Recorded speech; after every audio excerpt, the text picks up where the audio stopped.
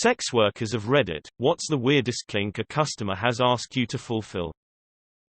I was a cab driver for several years. Night shift. Ghetto. Loved that job. I had a regular escort who always requested me. Probably because I didn't ask her for anything whilst driving her to her next John. She'd go up into an apartment, house, or hotel room and have me wait. Sometimes a full hour, but rarely over 15 minutes. I never argued because waiting and a return trip keeps the meter running longer. One time she came down after maybe 10 minutes. She looked half amused and half terrified. She said that the guy had her put on a muumuu and an old lady wig, then yell at him while he took a shit and he jacked off. Real weird. Freud would have something to say about that guy, no doubt. Not super crazy, but I had a guy approach me through Reddit and ask just to be able to give me money with no strings attached. There was a couple-month period during which he would gradually send me money in multiple $15 payments spread throughout the day. Sometimes we'd text too. Sometimes we wouldn't message for a week, but he'd still send me money and quietly wait until I felt like talking. He liked when I ignored him, and if we talked it turned him on when I was mean. He ended up giving me about $1,500 without him ever asking for so much as a photo. Man, if anyone wants to do that with me, I'm willing AF.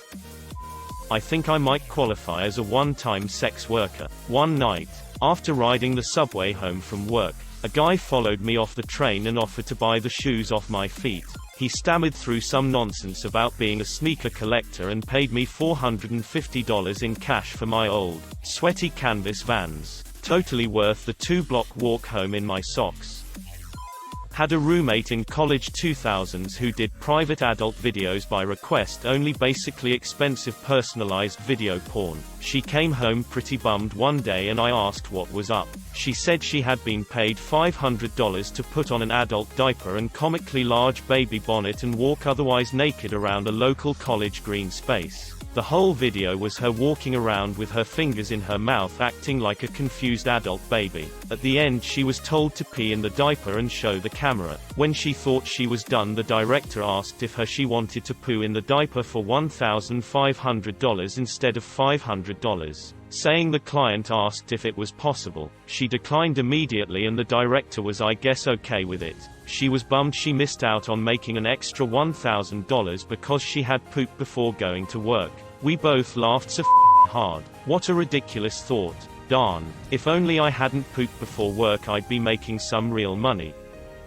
Not a sex worker personally, but I used to manage and bartend at gentlemen's clubs many moons ago. One night while I was tending the bar, one of the girls comes down to my bar, and asks me for an empty beer mug. I give it to her. She runs off to the bathroom, then comes back out with it, full of urine. She then runs off to her customer, mug full of yellow liquid in hand. A bit later, she comes back with the mug now empty. Tries to give it back to me, and I tell her to throw it away. She does so, then proceeds to tell me that a customer paid her $300 for her to pee in that mug, and then he wanted her to watch him drink it, which she did. Beyond that, I saw guys come in, pay girls to clean mirrors and tables in the club, and they simply watched. Though a few would even get up and help them with the cleaning they were paying them for. One guy would walk in, talk smack to every girl he could, and when one would finally get angry enough to slap him, he would pay them $100 on the spot. FYI, this dude was about 80 years old. Some guys would even come in at the start of a shift, would bring panties with them, and ask a few girls to wear the panties all day. They would then later show up at the end of the shift, and pay the girls $100 and retrieve the used and worn panties. A lot of weird and oddball fetishes out there, but to each their own.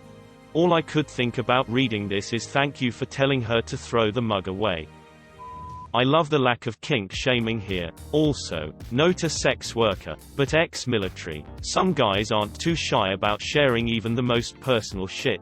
One of my buddies had a kink with those horse girls that actually pretend to be horses. I mean, they gallop around on all four and jump over the obstacles. The whole 9 yards. He grew up on a ranch too. Said what's wrong with combining the best of both worlds? That sentence raises more questions than he'll ever need answered.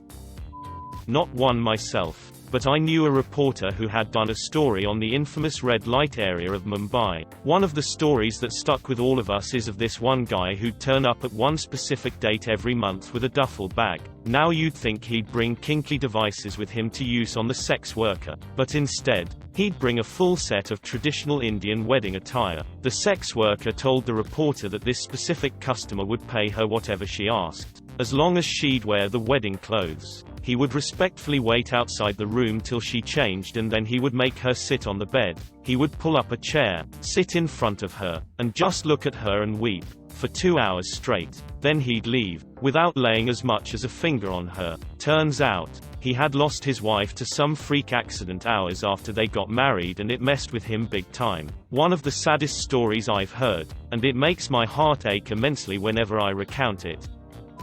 Nothing particularly exciting, to be honest. Kind of disappointing. Slightly more interesting requests included: 1. Pretending to be married and having to be quiet so we didn't wake the kids. 2. 3. Pretending to be a cat and meowing, crawling around and drinking out of a bowl on the floor. 4. Wearing pantyhose and being stretched and put into various yoga-type poses while he sniffed me. Met more interesting folk in my day job, I think. I feel obliged to mention the human toilet, though. I never met him, but some of the other girls said there was a guy who would pay girls to poo in his mouth. Apparently they would line up outside his room to do it. Not judging, but I don't think that I could ever do that. I was paid $200 to kick a customer in the balls till he came. Only took about 4 times to make him come. Did it a few times. He even paid me $500 when I went out clubbing to do it in a corner of the club.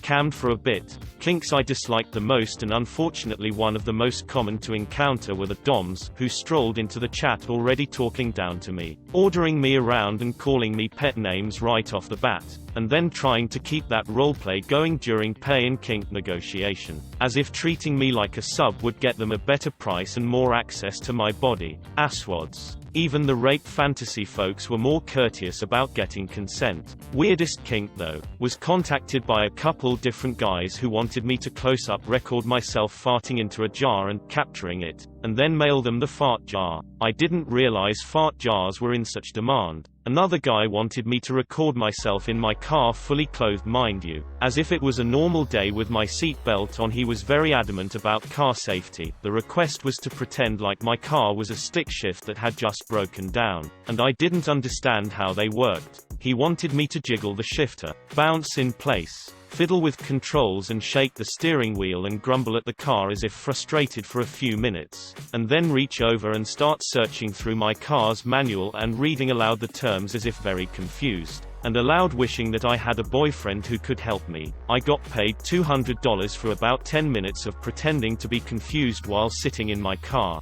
Didn't even have to show a tit. He was very sweet and patient about the whole thing. 10 out of 10 would film again. Pro tip to y'all kinky people: respecting boundaries and clear communication will get many camgirls to do some truly wild shit. I once attempted to get into selling feet pics many years ago. This one guy messaged me and said he'd give me $200 if I was able to track down his identity in 30 minutes based off of a few clues he'd given me. He told me his state and job, and some surrounding area clues. Wasn't able to find him. Guess I'm not the next Sherlock Holmes. He was very heavily implying to me that he wanted to be humiliated to people he knew in real life and wanted me to have this power over him that I knew his real identity and could out him on his fetishes. A customer had a fishing fetish. Got fisher outfits for some girls, like a raincoat or some shit, and brought a fishing rod, boots and all, and the girls had to act like they were fishing him while he was laying on the floor and moved like a fish. Craziest shit I heard, but whatever floats their boat, I guess. A client pays me to teach him how to blow his nose properly, making sure to say key phrases like "blow it clear." Another one set up a fantasy scenario where I receive an expensive vibrator in the mail, but when I open it, discover a tiny man that's stuck in it. He said what you don't know is that man was a factory worker that got stuck in the vibrator making it. I was obviously confused where he wanted me to go with this, but suggested I should try using the vibrator with the man attached. Nope. The client replied, "I can't come unless you destroy it."